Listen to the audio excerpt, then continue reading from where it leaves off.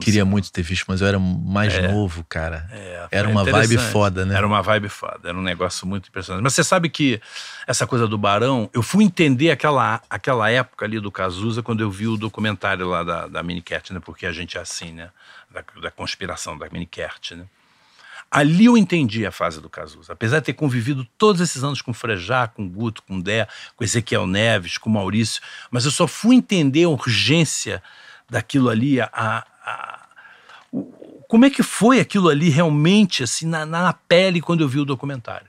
Eu entendi a fase do Cazuza, né, a excentricidade. Você falou uma palavra, né, da urgência. É, a urgência, é o power da coisa. Eu só fui entender ali. Entendeu? Aquele primeiro disco é uma porrada, é né? uma cacetada, cara. Aquela fase é uma cacetada, é muito impressionante. Hoje em dia eu vejo as letras do Cazuza daquela época, e depois, claro, obviamente, assim, eu fico muito impressionado. Ele era um garoto, cara. Entendeu? Ele era um garoto, ele era um rapaz, entendeu? Assim, escrevendo com aquela profundidade as letras, entendeu? Sabe? Aquilo era uma coisa muito impressionante, sabe? Frejá também como compositor, né, com aquela qualidade daquelas músicas, né, e o Guto, o Maurício, o Dé também, todos, né, cara, aquilo era muito impressionante, né, e eu repasso isso para os Paralamas, para os Titãs, para todo mundo daquela época, assim, do Ira, entendeu, que eram muito novos, cara. Sabe, se você pensar assim, por exemplo, Led Zeppelin, né, o primeiro disco de Led Zeppelin é 68, cara, os caras eram muito novos, cara, os Stones, meninos, eles tinham 20 anos, cara. O Jagger era de 43, eles comporam Satisfaction em 65, ele tinha 22 anos, cara. Compôs aquilo. Então, assim, é muita urgência, sabe, é muito guts na parada, assim, entendeu? E o Barão tinha isso, entendeu? Eles eram impressionante, assim, né? E quanto mais velho você fica, você vai ouvindo aquilo, você fala, caraca, cara, realmente o negócio ali era casca grossa, sabe? E o jeito dos dois de compor, naquele início, nasce ali, né? Pô. Porque hoje, às vezes, eu vejo banda nova que manda material e fala, pô, meio Barão, meio... né? Você ouve e fala, pô, isso aqui é meio influenciado por... Mas não, antes deles aquilo ali não tem, é aquela junção. Aquela época era uma época, assim, sem querer ser saudosista ou dizer que a minha época era boa, mas era uma época de muita diversificação das coisas, né? As bandas eram muito diferentes uma das outras. Acho que aqui e lá fora, né? E também a inspiração da galera aqui no Brasil era Caetano, que era uma galera que escrevia Chico, né? Uma turma que escrevia muito, né? Fora que o Cazuza ainda ouvia, sabe, a galera antiga do samba, essa coisa, sabe, essa ouvia galera... Cartola Noel Rosa, ouvia tudo. Não, né? não estavam de bobeira, entendeu? Eles ouviam mesmo, sabe? Era gente que ouvia mesmo, que prestava atenção. E você ter essa veia de você escrever, eu não tenho a mínima veia de escrever, mas você ter essa veia de escrever é difícil, né? Eu admiro muito, assim, o Guto que escreve, sabe? O Suricato escreve, o Maurício escreve. Você é ligado na letra?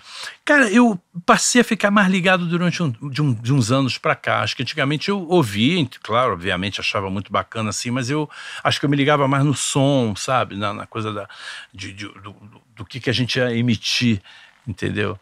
Mas é muito impressionante, assim, eu fico muito impressionado, assim, são geniais, assim, e não só eles, como vários, né?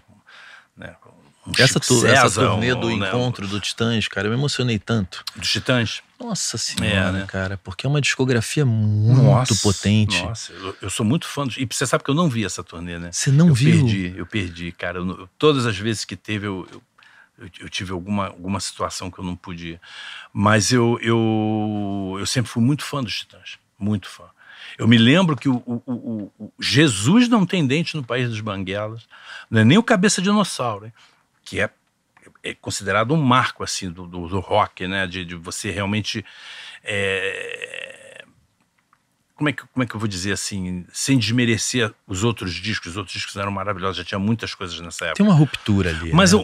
o Jesus, pra mim, o Jesus é um disco que, assim, o som juntou a criatividade deles com Liminha ali, as composições, as letras e a sonoridade do disco. É Paulo Junqueiro que mixa isso? Eu acho ali que na sim. época era Paulo Junqueiro. Olha o Paulo, né? Cara, tirando um Paulo Junqueiro casca grossa, né? bicho. Muito, muito sério. Ele é um engenheiro de som fabuloso, assim, gravou muito o Barão, produziu o Barão, e os Titãs, né? Gravou aquilo tudo ali. Que som que eles tiraram aquele disco. Eu botava assim junto com um disco, sei lá, que eu tava ouvindo lá fora, sei lá, ouvia muito essa época eu estava ouvindo muito rock inglês, assim, Bauhaus, né, Joy Division, eu ouvia essas coisas todas, assim, né, então era muita informação, U2 mesmo, né, Psychedelic Furs, eram bandas inglesas, tudo acontecendo pós-punk, assim, né, e os Titãs vêm com aquele disco, cara, meio punk, com aquela coisa, né? Nome aos bois, né? Jesus não tem dente. Pô, genialidade de escrever uma frase, virou uma coisa tão simbólica assim, né?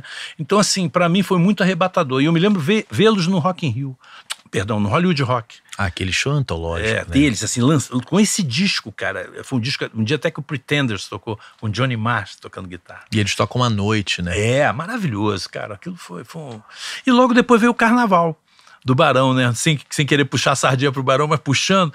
E eu me lembro que, assim, o Marcelo Fromer falava pra mim, cara, eu não tiro o Carnaval do meu toca-discos, cara. Eles amavam o Carnaval, né? Eles amavam, né? Então tinha essa coisa de, né? E o Carnaval também é um disco que tem um sonsaço, e é Paulo Junqueiro, né? Cara, maravilhoso, assim, bacana, uma época muito bacana, 88 ali, né? Mais ou menos, né?